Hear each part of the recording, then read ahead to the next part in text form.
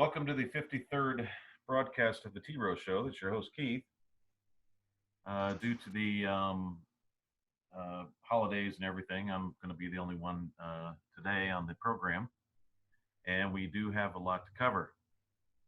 First, I'd like to start out with a comment that was made, or that we made on the t-roh Show. I think it was pertinent to the program itself. I'll share screens with you so you can take a look. It says, notice as there have been many comments making many claims with links to other videos, okay, that are reviewed and deleted because of their research was legit. They would not need to troll another channel for views. It says those channels should be able to stand on their own, plus this channel is coming from a completely different point of view. It says there also been claims that people have been misdiagnosing their status as doing activity offshore, like arms dealers and narcotics traffickers. That's actually a lot of links came out right after we talked, or in the last program, in the 52nd broadcast. A lot of them just started flooding the internet. Okay, so the reason why we moved forward with this particular video is because we were able to prove trafficking in persons without those claims coming from their individual master file of doing some sort of activity offshore. It says we heard of people making those claims, but we're not able to find it anywhere, and stopped looking after about 5 days. And when asked, no one stepped forward. And people were trying to get their individual master file, but it's just a mess over there.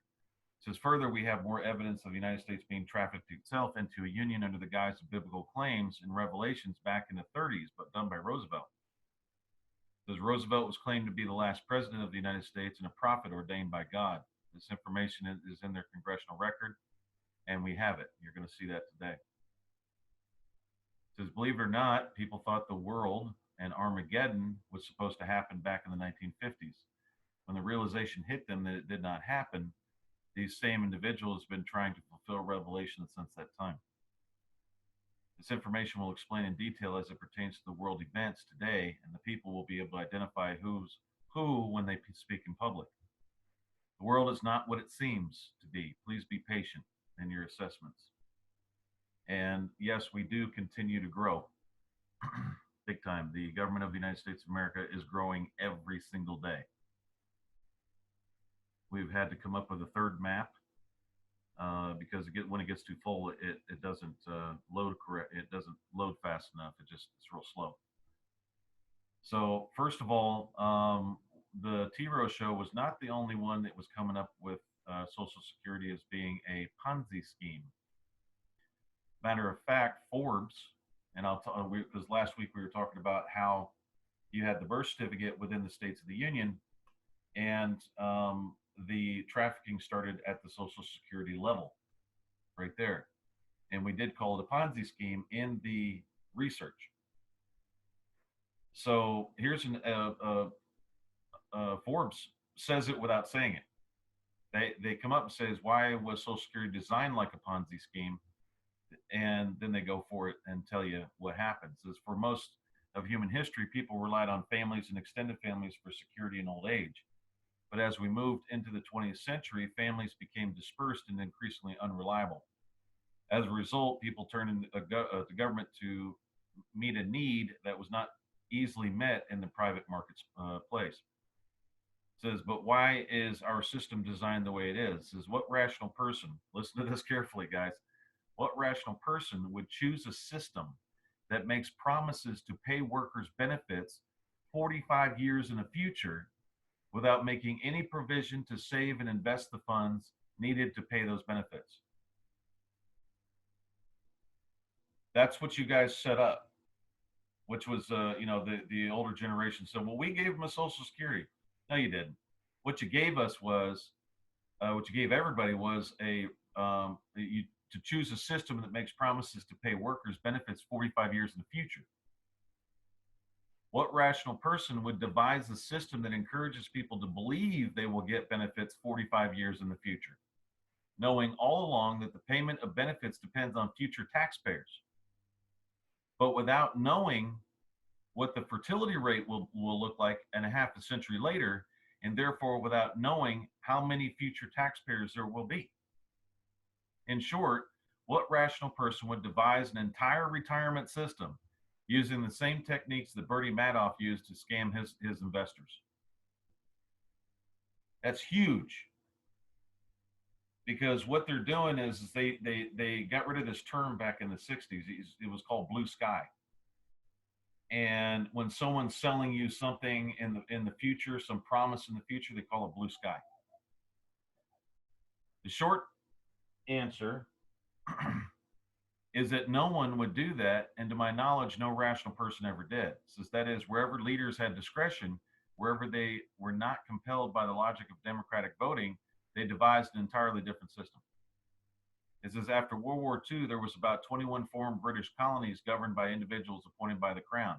In these countries, the system adopted were provident funds, in which workers were required to contribute. The funds were invested, and the worker retirement benefits were dependent on workers' contributions and market returns, much like the 401k system in our country. Most notable of these was the Singapore system. Listen to this, guys, which is probably the most successful social security system in the world. In fact, 1 in every 6 households in the country is a millionaire household. Millionaire household. The second most successful system in the world is the Chilean system, which has been copied by a number of other countries in subsequent years, including non-democratic Hong Kong. Although Chile was never a British colony, its system was adopted under a dictatorship. So even under a dictatorship, it did better than what the Social Security system is now. So something here is remarkably consistent. Up until the last decade or two of the 20th century, every democracy that established the Social Security system set up a pay-as-you-go system with no saving, no investment, no way to assure benefit of payments in the future. Every non-democratic regime, I'm ignoring the communist countries here, so set up a funded system. Although it's worth noting that after British rule ended, some of these did not always work out well when politicians discovered that provident funds could be looted.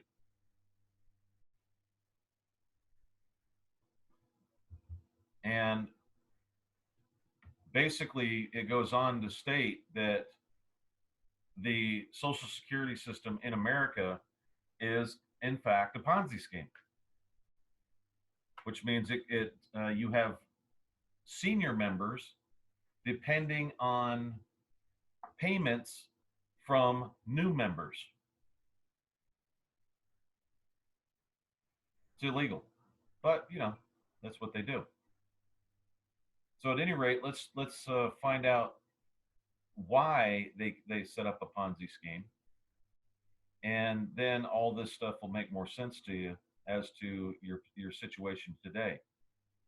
And my main question has always been, why is Jerusalem so important right now? Why is it that Jerusalem must be the capital of Israel?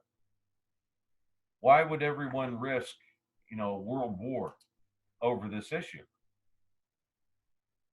That's always been a very interesting question to me. Bill Clinton talked about it in '94, making Jerusalem the capital of Israel. Who else? Bush talked about it. I can't remember the year on him. 2008, Obama talked about it.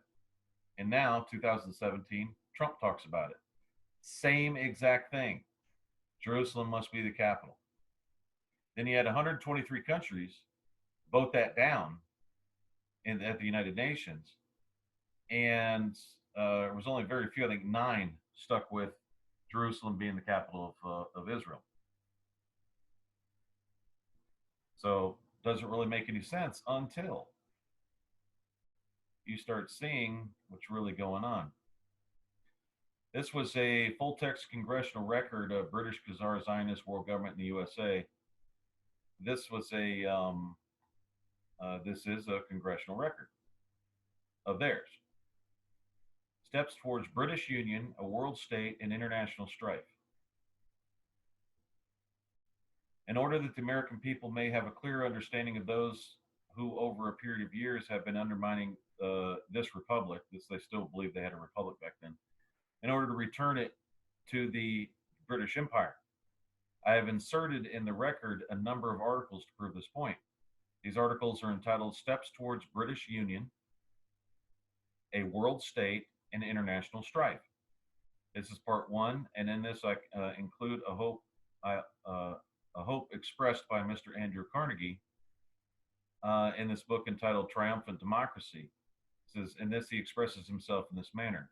Let men say that they will what they will.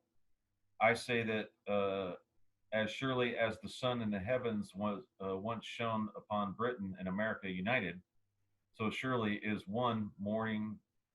It is it one morning to rise, to shine upon, to greet again the reunited States, the British American Union.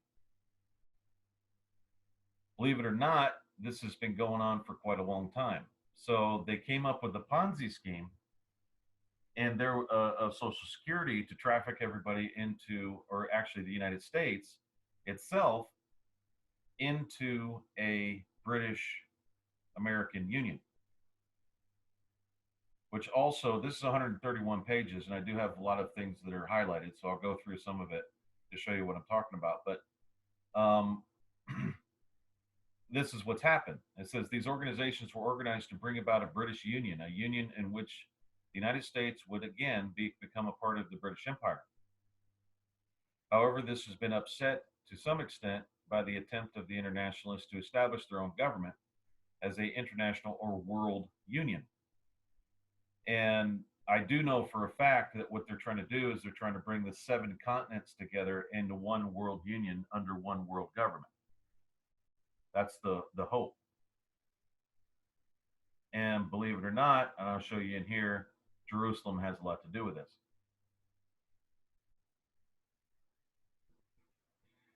They go into the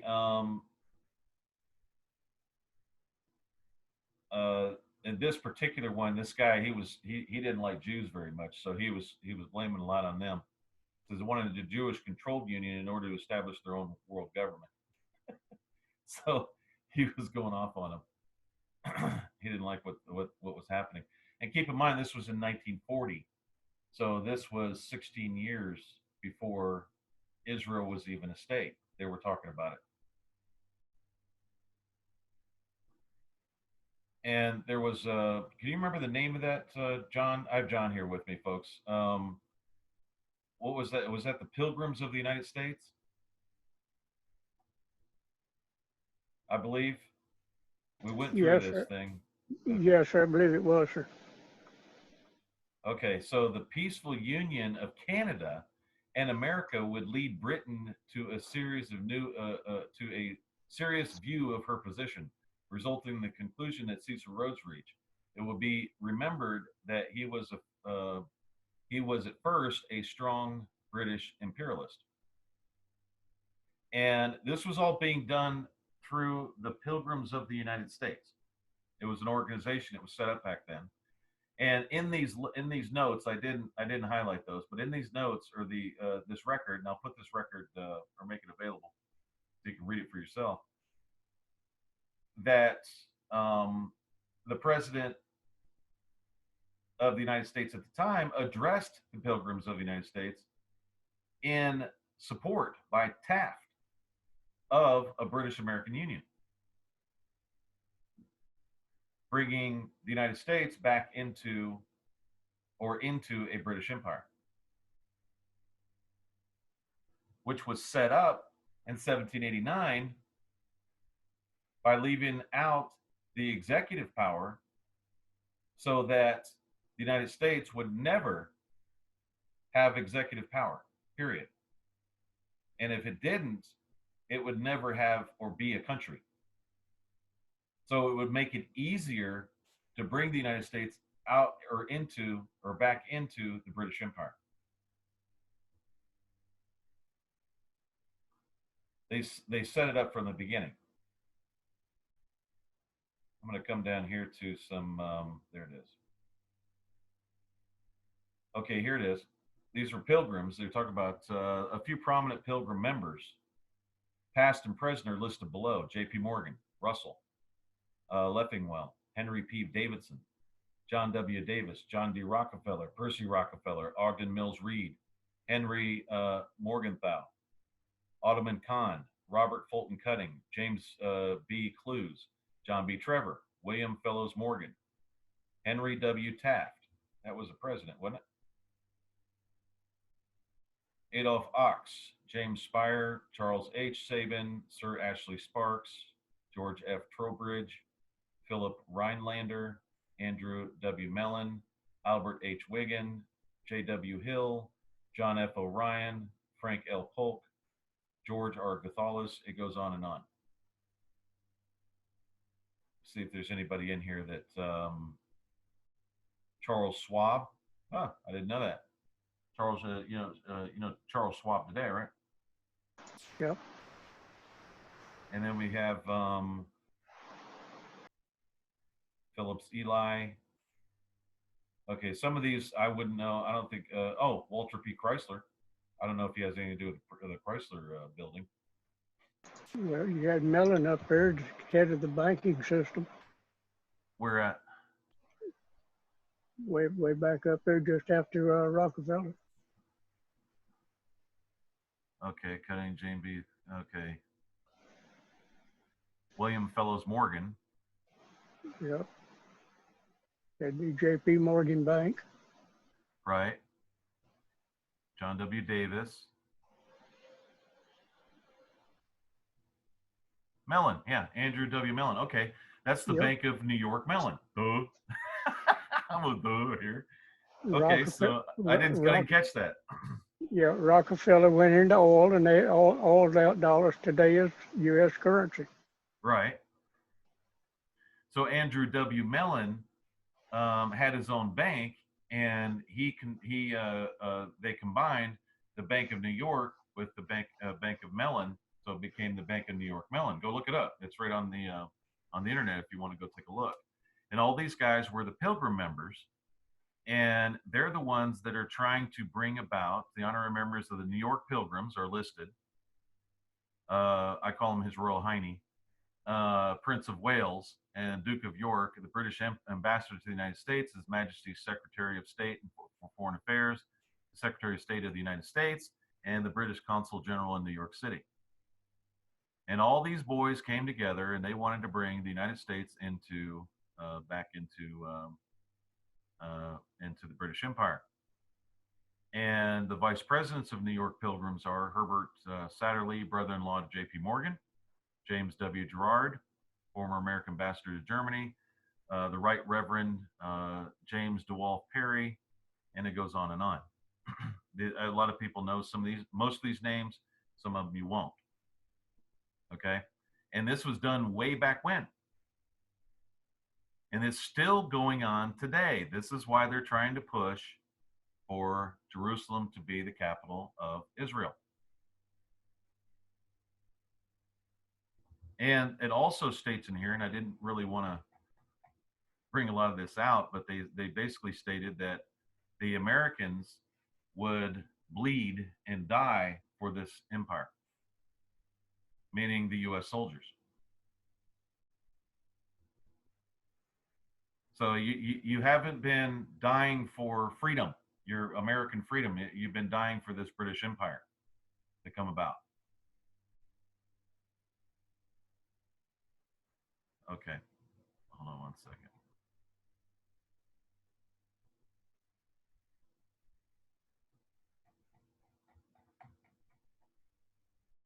Okay, there was those. I can see where I highlight. There it is. Okay. It says speaking union as Major General James G. Harbord, chairman of the Radio Corporation of America, and also a member of the executive committee of the Pilgrims. So, guess what, folks? You have the U.S. military general that is basically committing treason way back when. As a valuable retail outlet for the British propaganda, the English-speaking Union of the United States covers this country with branches and correspondence in the following cities: Baltimore, Boston, Buffalo, Chicago, Cincinnati, Cleveland, Columbus, Denver, goes on and on, Louisville, Kentucky, Milwaukee, New York, Minneapolis, Philadelphia, and all that. It says the English speaking union seeks to draw together in the bond of comradeship the people of this country and the British Empire. But let us not forget that in 1917, the Pilgrims spoke of blood brotherhood and comrade in arms. And now, when Britain is again at war, the chairman of the English speaking Union of London, also a Pilgrim member, addresses his fellow members of the union in the English speaking world. And we're not switching here, guys. The Masons are in this too. They talk about the Masons in the 131 pages. We didn't deem it necessary. I just wanted to bring that up. And it talks about the British royalty being a part of the Masonic Lodge over there.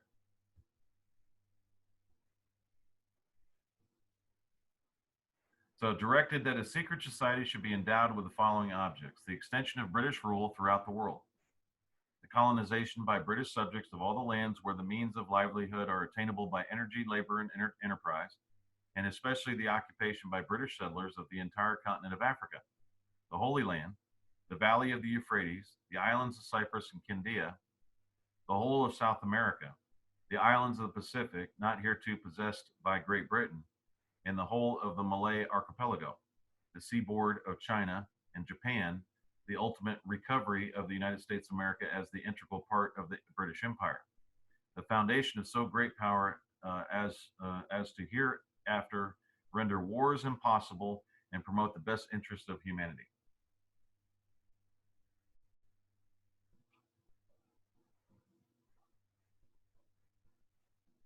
Oops.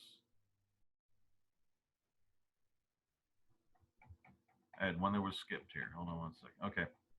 Time may dispel many pleasing illusions and destroy many noble dreams, but it shall never make my belief or shake my belief that the wound caused by the wholly unlooked for and undesired separation of the mother from her child is not to bleed forever.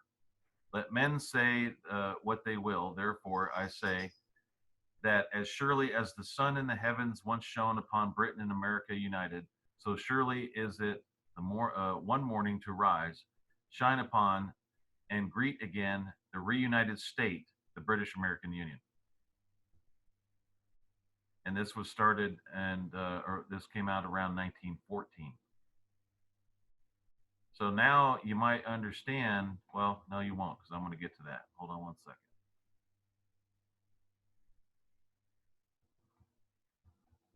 It says, witness the rewriting of American history to please England.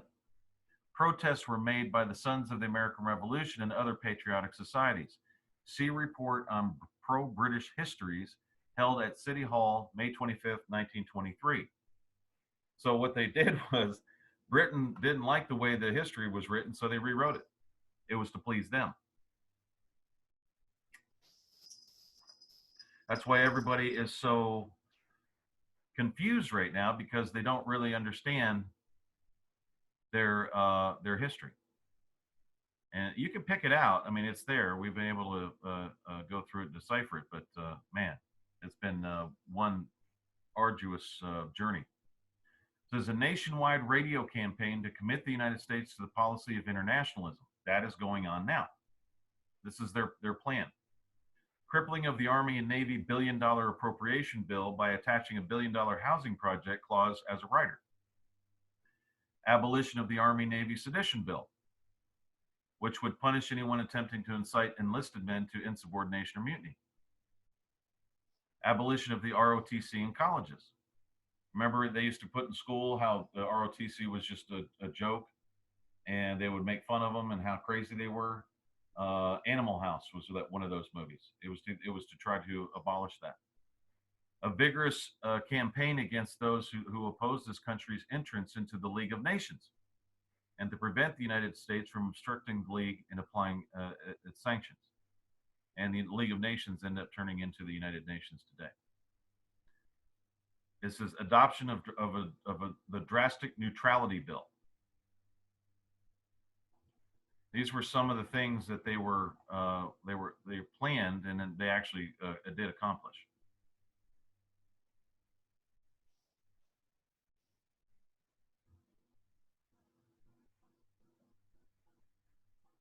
Okay. They have a Carnegie Endowment for International Peace in Washington, D.C. These guys are a part of it. The Carnegie Foundation for the Advancement of Teaching, New York City, Walter A. Jessup, Henry S. Pritchett. It goes on with a lot of these names of people that are prominent people, and some are still prominent today, if not uh, their children. There's John D. Rockefeller again on the General Education Board, New York City. 20th Century Fund.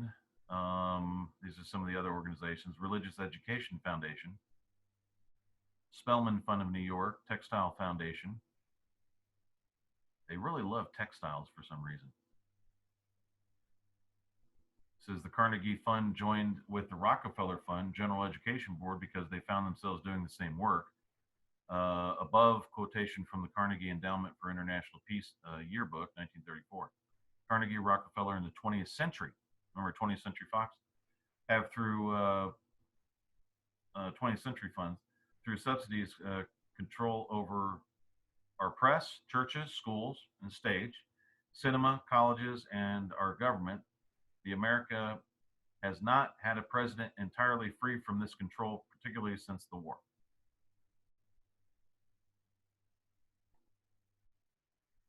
Okay, in his farewell address, he said George Washington bequeathed to the American people. I don't see how he had that authority, but oh well. And he said the counsels of the old and affectionate friend. And he did so in the hope that his advance and admonition would, in the years to come, serve the following useful purpose: moderate the fury of spirit, of party spirit, warn against mischiefs of foreign intrigue. This includes Britain. Guard against the impostors of pretended patriotism. And it says, I never heard and hope I never shall hear any serious mention of paper emission to this in this state. Yet such a thing may be in agitation. Ignorance, design, or productive of this mischief. The former, ignorance, is the tool of the latter, design, and is often set to work suddenly and unexpectedly. Daniel Webster warned you in 1832 while in Congress. Okay, remember he said in this state right here. That's a big statement right there, because that means he's talking about the United States as being a state unto itself.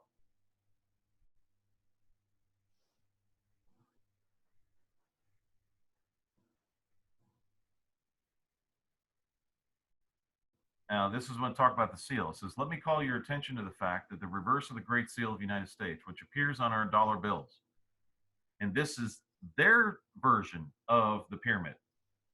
A lot of people were told it was Illuminati, but there's also another version of this, and this is how they deal with it, which appears on our dollar bill. You will find the exact symbol of the British Israel World Federation movement. The symbol is also carried on literature and other organizations promoting a world government and a world religion. At the bottom of the circle surrounding the pyramid, you will find the wording Novus Ordo Seclorum. It was this order that was advocated by Clinton Roosevelt several hundred years ago, recently in Philip Drew, and followed by the executive, and now followed by the executive. Several hundred years ago, folks. That's what they've been trying to do. Do you think, as good American people, that the administration has gone far from constitutional government when there is inscribed a symbol on the reverse of our Great Seal that advocates a new order? Yes, an order which means the destruction of, this is what he thought, our republic as formulated in the Constitution of the United States.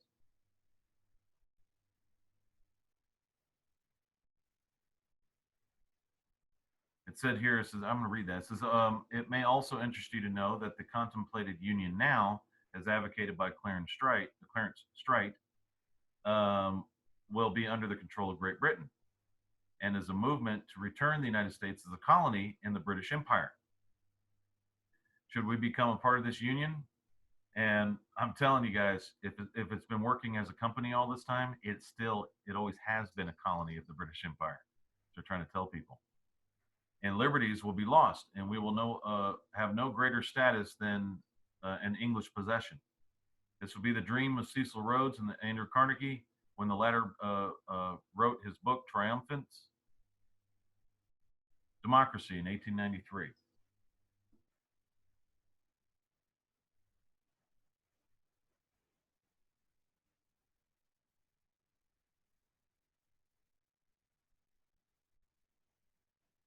get back down here because it gets into some really sicko stuff. And yeah, we went through all this thing in about 2 hours. Man, if Great Britain were to be threatened with an external foe, she could count upon every dollar, every man, and every drop of blood in America. Why do you think that Britain and America have such a very close relationship with each other? And why do you think they both went after Iraq? You guys get it now? You're not fighting for freedom of your own country. You're fighting for their freedom, Great Britain's freedom, and the British American Union. That's what's been going on.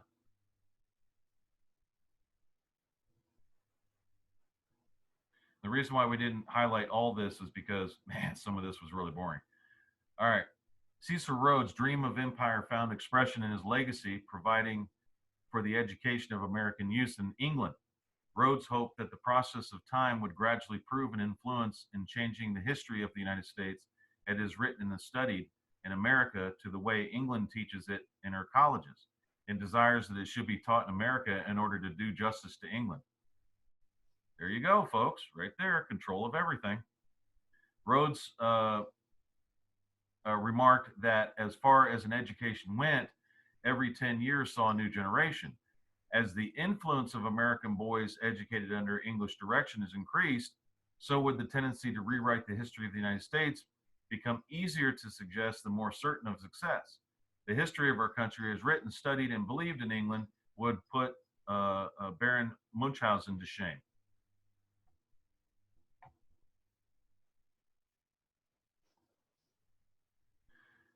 As far as can be ascertained, the following are the guidance rules laid for the accomplishment of this secret society, which would make no mistake calling the Benedict Arnold Peace Society.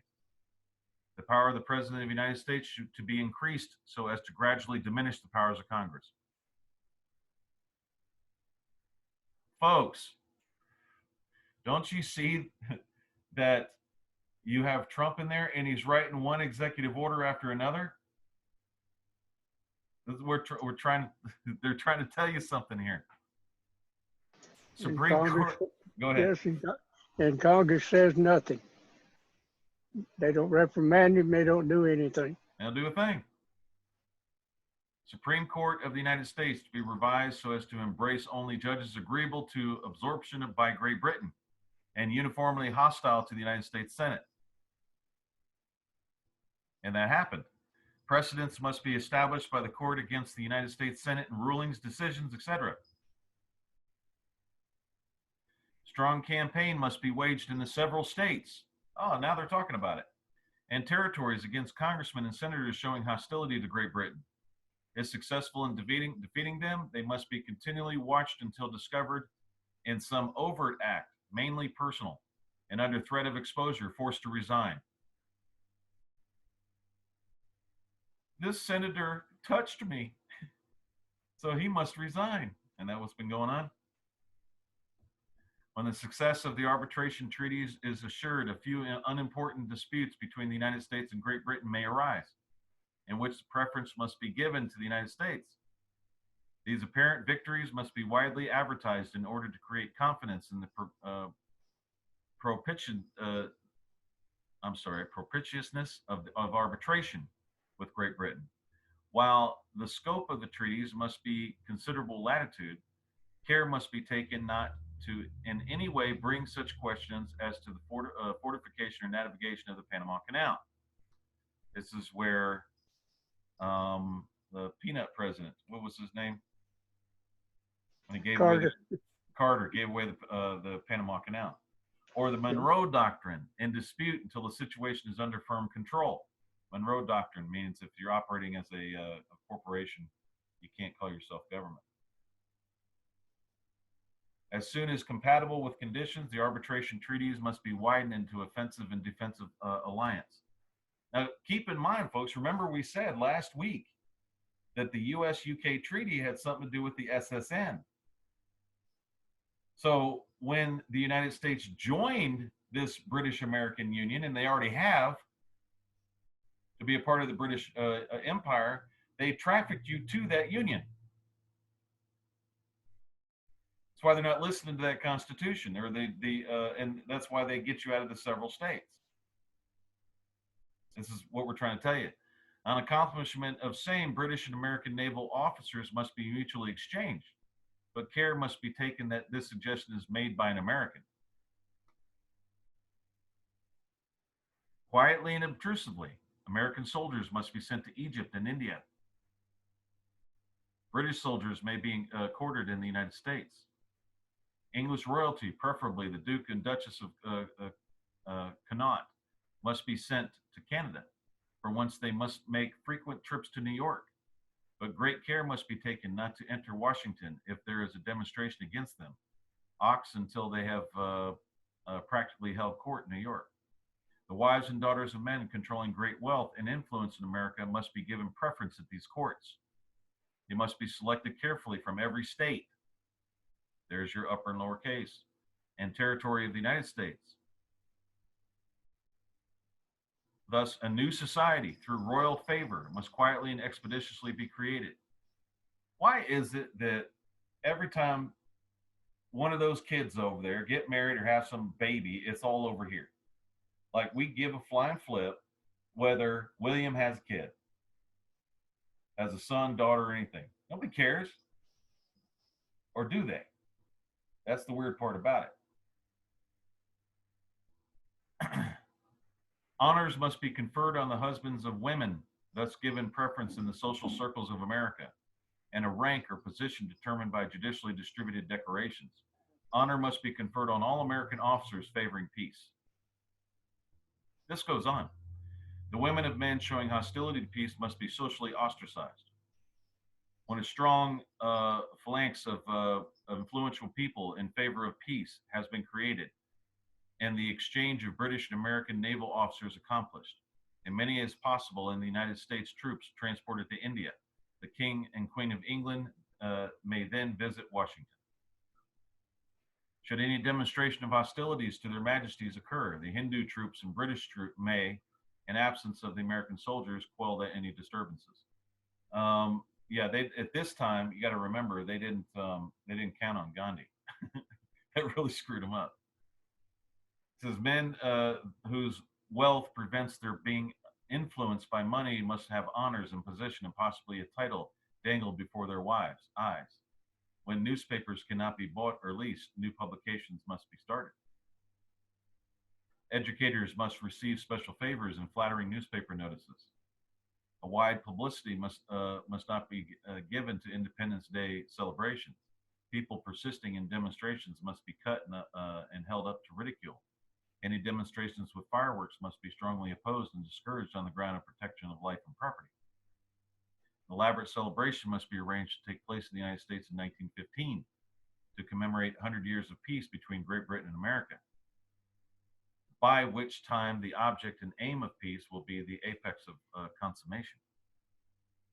Education of the masses must be discouraged in order to create harmony with the desires of the wealthy and the several trusts, who will see in such suggestion a strong tendency to reduce wages from their now unreasonable heights to the basis of wages paid in Great Britain.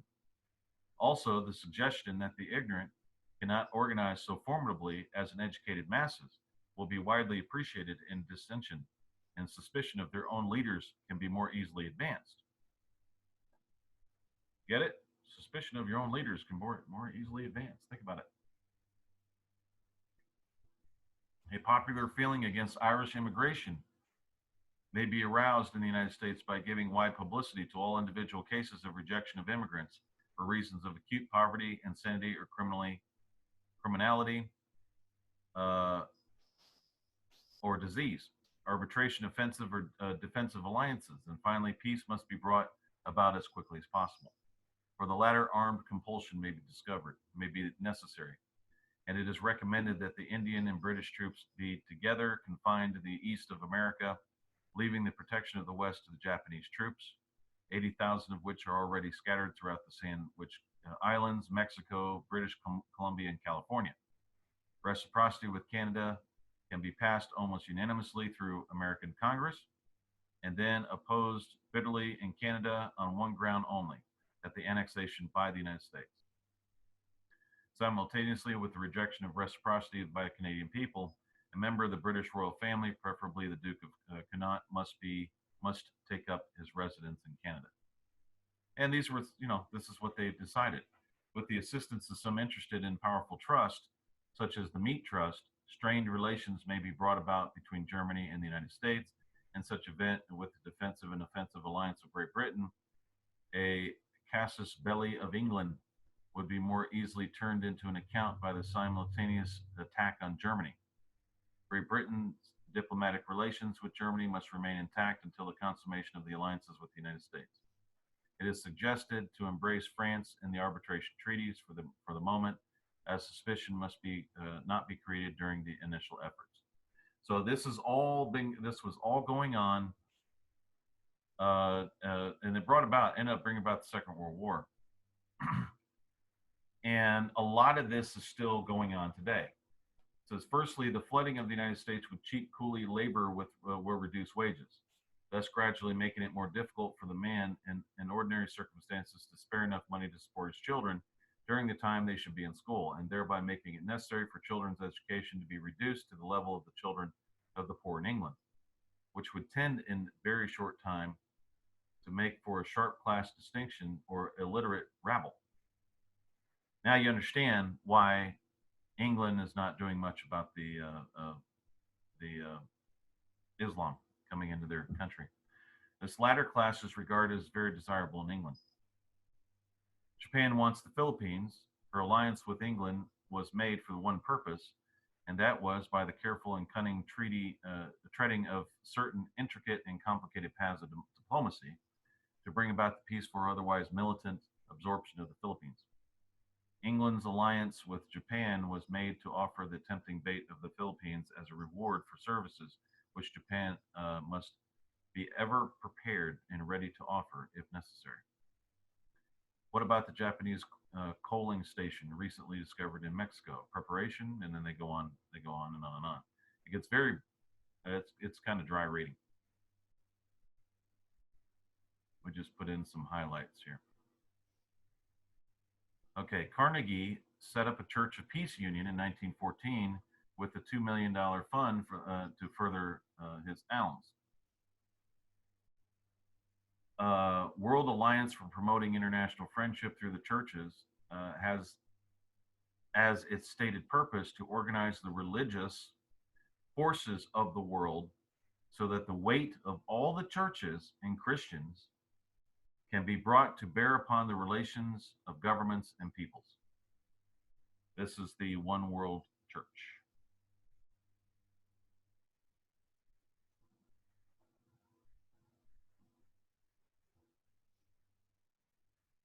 I include an article by the Reverend Dr. W. Pascoe Gord, which appeared in the National Message, March 18th or 28, 1936, the official publication of the British Israel World Federation. This article is entitled British Israel is True. That ended up turning into, it was from the League of Nations, ended up turning into the United Nations. And you can't get full recognition of a country in 7 days, actually 8 days, without this kind of help and this kind of propping up. It doesn't work.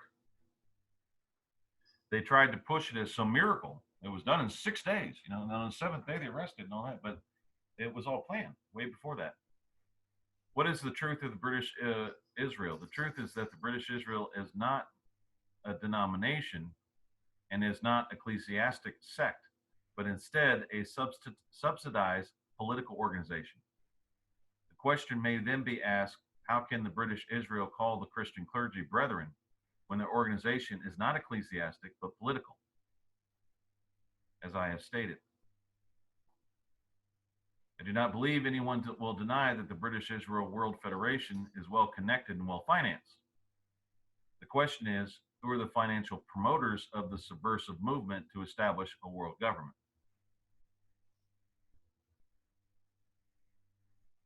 Can it be possible that the international bankers are the financial backers? Can it be possible that this movement is connected with the Grand Orient Lodge? It is not true that is it not true that the British Israel and its proponents comprise the group now actively promoting war? And is it not true that the backers of this movement are those who control gold and international gold credit? We must recognize that the British Israel world government is anti American and destructive to the principles of this government. Turning to standing and experience in the various churches. Within our ranks, we have archbishops, bishops, well placed clergy, ministers of high standing in the various churches, heads of educational departments and institutions, distinguished members of the bar, and so on. Bar association. Gee, that's a surprise. Such positions as have been occupied by many of those referred to have been achieved through merit and long and vigorous years of service in various branches of the Christian church.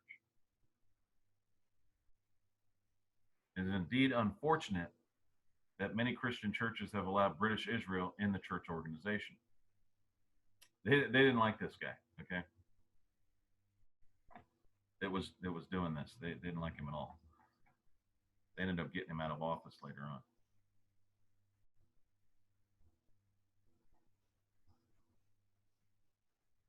Dr. Gord employs a subtle argument to disarm anyone who may take his issue with the statements. The fact remains that the British Israel is to establish a world state with his David as king, with a David as king. And the capital of this state, according to their own publications, is to be what? Jerusalem. I am opposed to the British Israel because I'm quite well satisfied with our own government, unwilling to crusade for the British Empire or for real motivators behind this movement in Asia, Africa, Egypt, and anywhere else.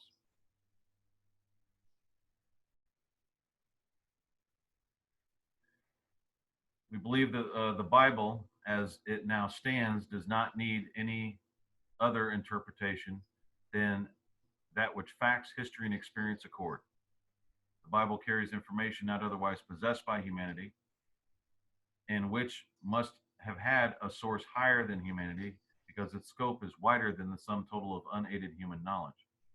For instance, the Bible contains knowledge of the past before human history began, a knowledge of the future to which humanity has not yet attained, but it is from day to day attaining. We accept it as in its spiritual revelations and in its contacts with natural science and history, and its prophetic dealing with the future. We take the Bible to be what the prayer book assures us it is, namely the Word of God written. I shall not discuss the historical aspects of the Bible or its revelations, for I grant that education existed then as well as today. The point in issue is that the British Israel have appointed themselves as the chosen people to sit in judgment on the throne of David in Jerusalem. And I do not deny the British Israel such rights. Reserving my own rights, I object to giving aid in this cherished desire and refuse to share any responsibility in establishing this world state. These two paragraphs are illuminating, for they reveal the real purpose of the British Israel plan, and it is to establish Judah as the kingdom under David, and so stated in the latter paragraph. The British Israel movement is therefore backed by those who are interested in a Judaic state, and they are not Gentiles or those which the British Israel pretend they represent.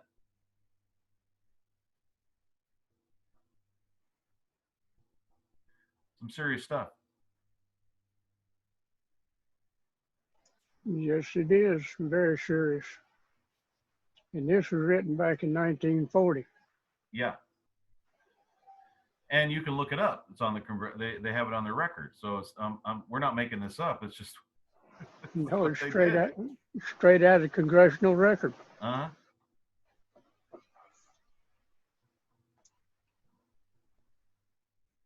And when you get Carl and Cecil Rhodes back here backing it, and then you got Karl Marx back in 1749, putting communism in over here. It all fits right like a glove.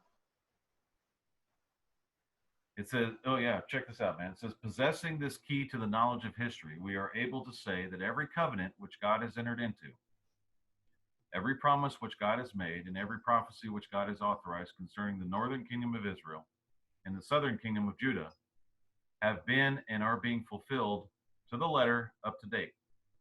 The time only is the element required to complete fulfillment of them all. Making this statement, Dr. Gord takes much for granted, and I am sure he will find many disappointments on the road he has selected to follow. I realize that he expects the armed forces of the United States to aid him so that his prophecies may be fulfilled. But the taxpayers of the United States, who pay the expenses of the Army, and particularly the men in the Army who give their lives to please Dr. Gord, might object to aid him in establishing a world state in Egypt.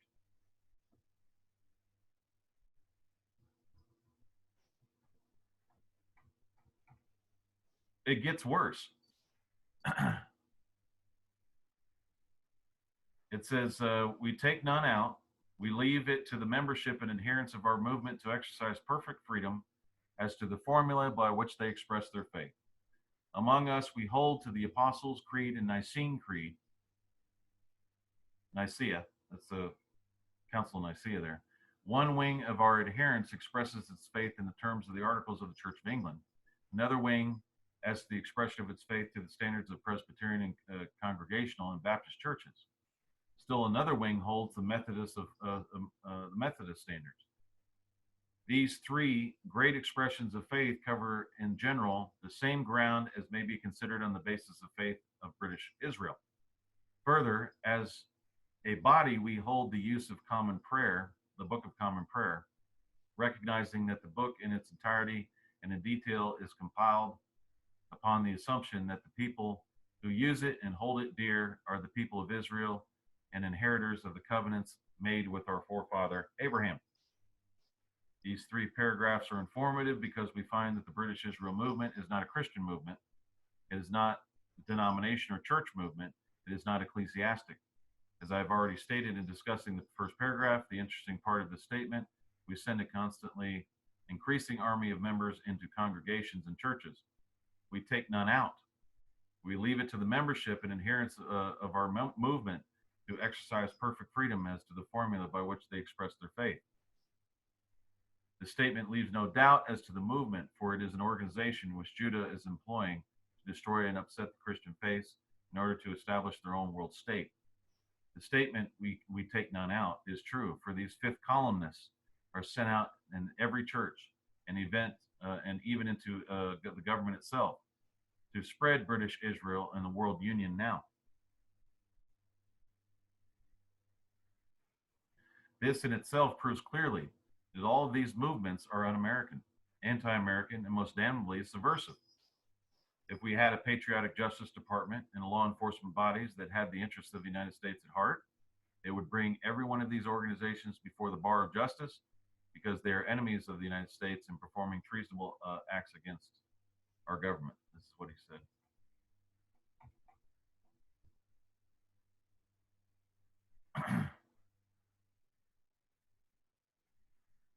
It says, let us now be practical. The United States Army and the United States Navy, conscripts or no conscripts, are to crusade in a stupid war in Asia and Africa, which I know they've been doing. Our young men are to give their lives not in protection or defense of the United States, but for the sole purpose of establishing the kingdom in Arabia, with Jerusalem as the capital, and with David as the king of the world. They've been trying every possible way to get this done.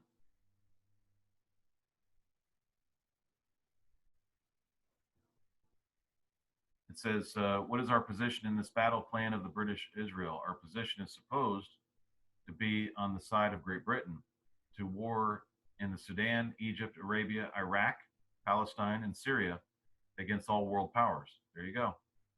All these have been done. It will require a large army to fight the world. There you got it. what's that called? The NATO. So that I'm not astonished when the chief insists that we call out 40 million men to fight for the British Israel World Federation. All of this is to establish Jerusalem as the capital of the world and the center of this world government in Egypt and Arabia. Now you understand why the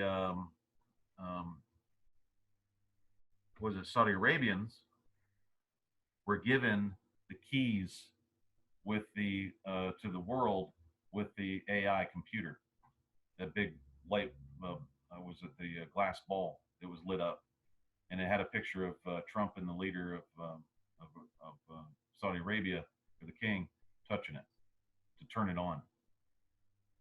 Our army will travel all the way to the Pacific and Indian Ocean to India and South Africa, African British possessions, such as Tanganyika and Rhodesia, from which attack will be launched against the forces that are supposed to attack this little parcel of land lying on each side of the Red Sea. This might seem like a crazy plan, but it is that which the British, Israel, and Great Britain have in mind in this war. Now you understand why they are saying that for some reason, like it's our business, okay, that if Iran has nuclear weapons and they pose a threat to Israel, for some reason, America is supposed to act.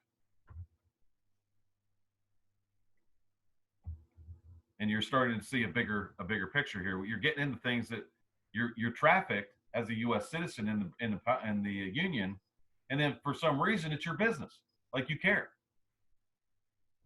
That's their problem, not ours. And that's what there is a lot of problem with that in this country. People get into messes that really have nothing to do with them. We got our own problems. Listen to this, folks. Remember we talked about, I think it was way back when, about Franklin D. Roosevelt in his May 5th, 1933 pledge. Well, this is where it came from. Franklin D. Roosevelt, ordained and used by God by his executive, to be his executive, to be the leader and deliverer of his people, like Moses, to deliver them out of the depression and out of Chad's. Only the hand of God could have delivered this man out of the net of the Chaldeans. But he stood alone like a Christian statesman and pleaded the cause of his people. Just he and God, no party man or organization could boast. Just the hand of God put him on a throne. I have seen the hand of God in the White House. From the day of the shield of David and the seal of Solomon was discovered on the port of the White House kitchen, President Roosevelt has been accused of placing the Jew sign on everything. Six-pointed star rightfully belongs to us. George Washington ordered it on the White House pillar. And it was not an accident that Betsy Ross, whose father and family were the makers of the first stars and stripes, Betsy changed the star to a five-pointed star, but God meant it to be so. We, the preserved of Israel, were lost and hidden until the time appointed to be revealed. These folks literally believe, and this is, I remember this, I got sucked into this myself, that we were the original Israelites. With the David shield, Solomon's seal, the Great Pyramid message, a memorial forever, took in the book of Joshua, 4th chapter, and this pyramid coming out of the new dollar bill with the six-pointed star, all has great significance. All the shields of earth belongeth unto me, saith the Lord, and when the standard of the ensign is set up, ye shall know your redemption and draweth nigh. The reason this a side of the seal is only on the dollar is because Christ and his people are one. On our early coin with the 13 links of chain, and in the center of the coin, we are one. And on the other side, it was written, mind your own business. Our shield and all the shields of the nation tell their story. In my new book, Unveiling of Israel, Many Startling Things, a great prophecy has just been revealed. And we've been trying to tell these guys since 2012. I'll tell them again at the end of this broadcast. Maybe they'll get their head out of their butts. The 12 most powerful nations on earth are the 12 tribes of Israel, of which the prophetess Bandler will identify only England, Ephraim, France, Reuben, the United States, Manasseh. President Roosevelt to be the last United States president. It's God's appointed because he is divinely ordained and also because man's span is 70 years. The president will be allowed to appoint as many Supreme Court justices as he pleases. The world's redemption will come through love. I'm giving the last love call for the world before the tribulation comes. When all communications between the United States and Europe are cut off, when radios go dead, we are forbidden by decree to speak the name of Jesus. When David, Duke of Windsor, takes an airplane to Jerusalem, then we will know the conflict is at hand. It says this will give my colleagues an idea of the British Israel World Federation, an organization which is widely distributed into every nook and corner of the nation. These subversive teachings, which have for their purpose the creation of the world government, with Jerusalem as the capital, should now be clear to all who read this message. This movement has infiltrated our churches, schools, and even army itself, and as this quotation clearly reveals. Okay, let me see what we got here. I think we're almost done. I believe we are. Oh, there's one more. In concluding this speech, may I say the Federal Council of Churches is a subversive organization, the members of which are clothed in garments of pink and red and scarlet, all the colors of radicalism and communism. It is now well to take heed, for this movement is carrying this nation into trials, tribulations, and war. No nation can survive unless it maintains Christian morals and believes the teachings of man who came from Galilee. It is this faith that has carried people on. It is the faith which has built up the Christian civilization, a civilization which cannot survive when we deny Christian teachings. So now you know why there are all these attacks on Christianity. Now you see what's going on. Kind of brought it on themselves, wouldn't you say, John? That's about the size of it. That's the same thing most people do. Mm-hmm. They bring it on themselves, but not realizing what they're actually doing and saying at the time it's done. Yeah. I mean, they kind of brought it on themselves because they brought this thing. First of all, they had to traffic persons in order to get some of it done. They've been using people and sacrificing people, which they don't have a right to do. There's a lot of things wrong with this whole idea. And by the way, folks, they did miss the boat.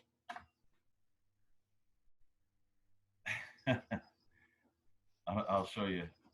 They missed the boat. They got the wrong place, and they were obviously deceived in what they've been doing. It's still going on today. I mean, don't get me wrong. Okay. They're in the wrong place. And we're trying to tell them they're in the wrong place, but they don't get it. Because of course, we're just crazy people. Okay, here's the map. I'll share this with you and take it or leave it. Okay? This is the reign of the heavens. Okay? This right here is assembly of the reign of the heavens, Elohim city. This is the city. You get it? It's not Jerusalem. It's right here. If you go back and listen to broadcast 18, we go into great detail. This is the city right here. And all the maps and all the lines and all the degrees line up to this place here. They're in the wrong place. They spent billions of dollars and spilt gallons upon gallons of blood for the wrong spot.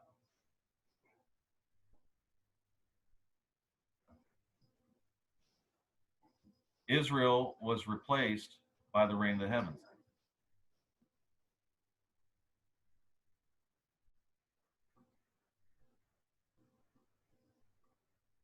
Deception's hell, isn't it? This Yep. is northeast. They call it Northeast Israel. It's actually Northeast Reign of the Heavens. That's the name of the country. And that's the city.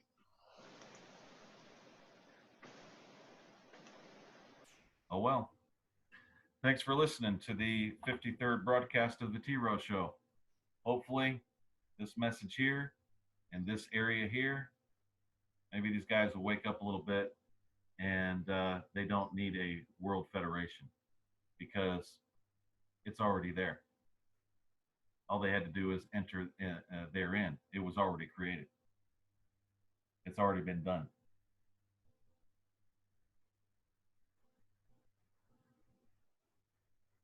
See you next week.